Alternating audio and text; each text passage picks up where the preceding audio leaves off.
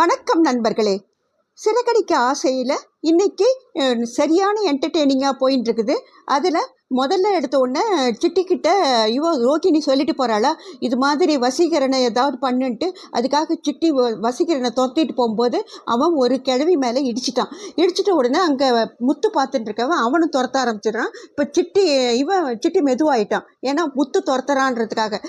அவன் துரத்திட்டு போய் அவனை பிடிச்சிட்டு ஏண்டா ஒரு வயசான ஒரு பாட்டி மேலே இடிச்சிட்டு போகிறேன், அவன் ஃப்ரெண்டுக்கிட்ட சொல்லி அவனை ஹாஸ்பிட்டலில் வேறு சேர்க்க சொல்லிட்டான் அந்த பாட்டியை. அப்புறம் இவன் சொல்கிறான், இது இல்லை நான் தெரியாமல் நடந்து போச்சு, பின்னாடி ஒருத்தர் துரத்திட்டு வந்தாங்க அப்படின்றதுக்குள்ளே போலீஸ் ரவுண்ட்ஸில் இருந்தவங்க வந்து அவங்க பிடிச்சிட்டாங்க. என்ன சார் என்ன ஆச்சு அப்படின்றாங்க. என்ன ஒரே கலாட்டா அப்படின்னும் போது, சார் இவன் ஒரு பாட்டி மேலே இடிச்சிட்டு போயிட்டான் அப்படின்னு சொல்லும்போது கண்ட்ரோல் ரூம்லேருந்து ஃபோன் வருது. என்ன நீங்கள் அங்கே சரியாகவே பார்த்துக்க மாட்டிங்களா அப்படின்றது ஃபோன் வந்த உடனே போலீஸ் எடுக்கிறாங்க.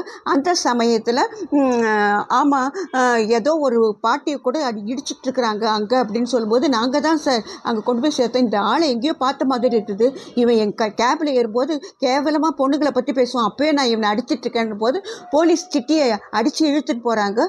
அதை பார்த்துட்டு இவன் போலீஸ் சிட்டியை வசீகரனை இழுத்துட்டு போகிறாங்க. அதை சிட்டி பார்த்துட்டு ஃபோட்டோ எடுத்துகிட்டு நம்மளுக்கு ஒரு வேலை மிச்சம் அப்படின்றதுக்காக அந்த ஃபோட்டோவை ரோகிணிக்கு அனுப்பிச்சி வச்சிடறான். ரோகிணி மனோஜும் சாப்பிட்டு இருக்காங்க.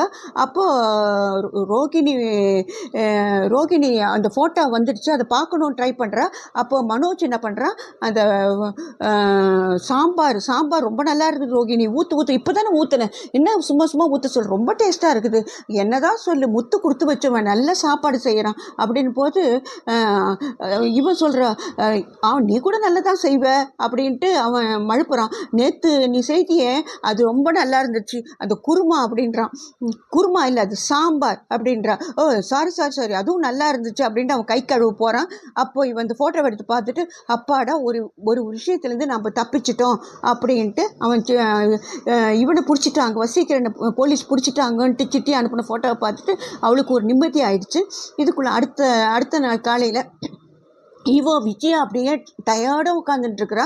ஏன்னா அவள் சமையல்லாம் முடிச்சிட்ருக்கா. பக்கத்தில் இருக்க அவள் ஃப்ரெண்டு வரா. அவள் வந்து என்ன விஜயா ஒரு மாதிரி ரொம்ப டயர்டாக இருக்கு, 3 மருமக இருந்தாலும் நான் தான் சமையல் செய்துட்டுருக்குறேன் அப்படின்னு சொல்கிறா. அப்படியா, ஏன் என்னாச்சு, செய்வாளே அப்படின்னா. அவள் என்ன காலையில் பூ கட்டுறேன்ட்டு போயிட்டா. சின்னவளை பற்றி ஸ்ருதியை பற்றி எனக்கு என்னன்னே தெரியல, அவள் யார் நல்லவளா கெட்டவளானே தெரியல அப்படின்ற மாதிரி ஸ்ருதியை பற்றி சொல்கிறா. ரோகிணியை பற்றி சொல்லும்போது, அவள் நிறைய சம்பாதிக்கிறா, அதுக்காக அவளை பற்றி நான் ஒன்றும் சொல்ல முடியாது அப்படின்னு சொல்லும்போது, ஒரு பூக்கார லேடி வருது, பூ வேணும் அப்படின்னு கேட்குது. பூவெல்லாம் இங்கே கிடையாது அப்படின்னு சொல்லி அவள் துரத்தி அனுப்புகிறான். அப்போது அந்த பொம்பளை, ஏமா ஓடல ஃபோன் நம்பரையாவது கொடுமா, அதெல்லாம் இங்கே கிடையாதுன்னு சொல்லி துரத்தி அனுப்பிடுது. நான் இவ்வளோ பெரிய வீடு பூக்கட்டியே வாங்கி வச்சுருக்கலாம், என்னத்து பூக்கட்டி இந்த வீடா, இது எங்கள் அப்பா வாங்கி கொடுத்த வீடு அப்படின்ட்டு அதை துரத்திக்கிட்டு போய் கதவை சாத்திட்டு வருது. நல்ல வெளியில் பூக்கடை வச்சுட்டு இருக்கும்போதாவது எனக்கு ஒரு நிம்மதியாக இருந்துச்சு. சமையலையும் பார்த்துக்கினா பூக்கடையும் பார்த்துக்கினா.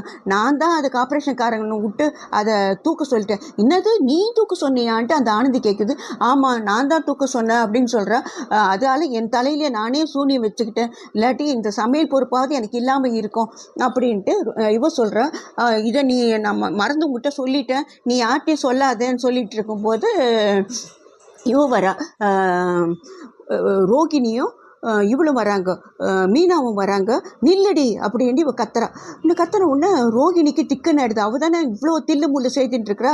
அவள் என்னது நம்மளை நிற்க சொல்கிறாங்களே அப்படின்ற. என்ன ஆண்டி அப்படின்றா. நீ உள்ளே போமா அப்படின்றா. அப்பாடா நம்ம தப்பிச்ச பொழைச்சோன்ட்டு அவள வந்துடுறா.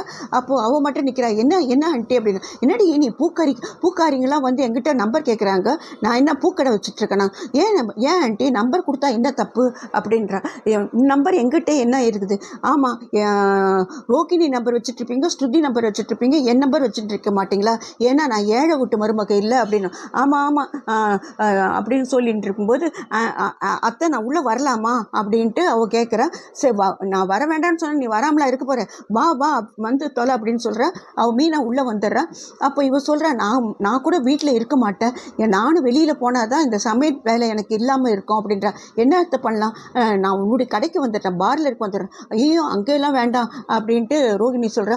உன்னுடைய உங்கள் எலக்ட்ரானிக் ஷாப்புக்கு வந்துடுறேன். ஐயோ அங்கே கூட வேலையே இருக்காது ஆண்டி, ஏன் உங்களுக்கு தான் டேலண்ட் இருக்குது, அது மாதிரி நீங்கள் டான்ஸ் கிளாஸ் வச்சு நடத்துங்களேன் அப்படின்ட்டு ரோகிணி சொன்ன உடனே இவளுக்கு ரொம்ப கனவு.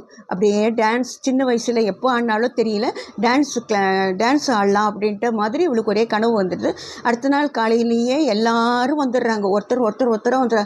என்னத்துக்கு இவ்வளோ சீக்கிரம் கூப்பிட்டீங்கன்ட்டு மொத்த பேர் அண்ணாமலை நின்றுருக்காரு, மீனா நின்றுருக்கா, முத்து தான் வரல, சுத்தியும் இவனு வந்துட்டாங்க. எல்லோரும் வந்துட்டு என்ன ஆச்சுன்னு கொஞ்ச நாள் இருங்க, ஆன்டி காஸ்ட் மெட்டீரியல்லாம் போட்டுக்கிட்டு டான்ஸ் இங்கே ஆட போகிறாங்க அப்படின்னு சொல்கிறேன். மீனா ஜூஸ் கொண்டாரா, அது இங்கே வச்சுட்டு அங்கே டேபிள்லாம் சரி பண்ணுறாங்க, டான்ஸ் ஆடுறதுக்காக இடம் வைக்கிறாங்க. இங்கே டான்ஸ் ஆட போகிறாளா, இங்கே இல்லை, பக்கத்து வீட்டில் அந்த ஆன்ட்டி கொடுத்துட்ருக்காங்க டான்ஸுக்கு இடம், அங்கே போய் தான் ஆட போகிறாங்க அப்படின்ட்டு ரோகிணி சொல்லிகிட்டு இருக்கா. அந்த சமயத்தில் இவ வரதை காமிக்கிறதுல சலங்கை மட்டும் சத்தம் கேட்குது. ஆனால் அடுத்த வாரத்தை காமிச்சிட்ருக்குறாங்க. அடுத்த வாரத்தில் ரோகிணிக்கு ரோகிணி இல்லை, விஜயா அங்கே டான்ஸ் கிளாஸ் ஆரம்பிக்கிறா. ஒருத்தர் கூட வரது கிடையாது. முத்துவும் இவளும் மீனா போய் அங்கே டான்ஸ் கிளாஸில் சேர்ந்துடுறாங்க. வாழைப்பழத்தட்டோடு போகிறாங்க, இந்த வெத்தலை தாம்பழத்தட்டோடு போகிறாங்க. அவள் சேர்த்துக்கிறா, வேறு வழி இல்லாமல் அவளை சேர்த்துக்கிறா. அவங்க 2 பேரும் ஆடுறாங்க. சரியான கூத்தாக தான் இருக்கும் போல இது. அடுத்த வாரம் சிறகடிக்க ஆசை. அவ்வளோதாங்க.